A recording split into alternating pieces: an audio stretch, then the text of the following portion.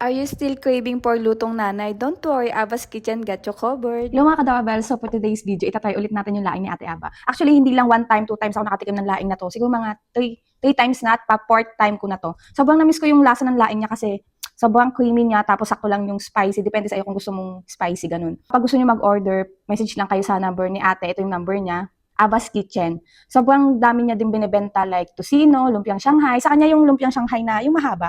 So, sa kanya yun. Basta kapag na-miss mo yung lutong nanay, mag-message lang kayo kay Ate Ava. And then, nag-accept din siya ng mga pre-orders na packages. Yung rice ko pala is galing Asian Fusion. Beef chow pan rice. Beef chow pan fried rice.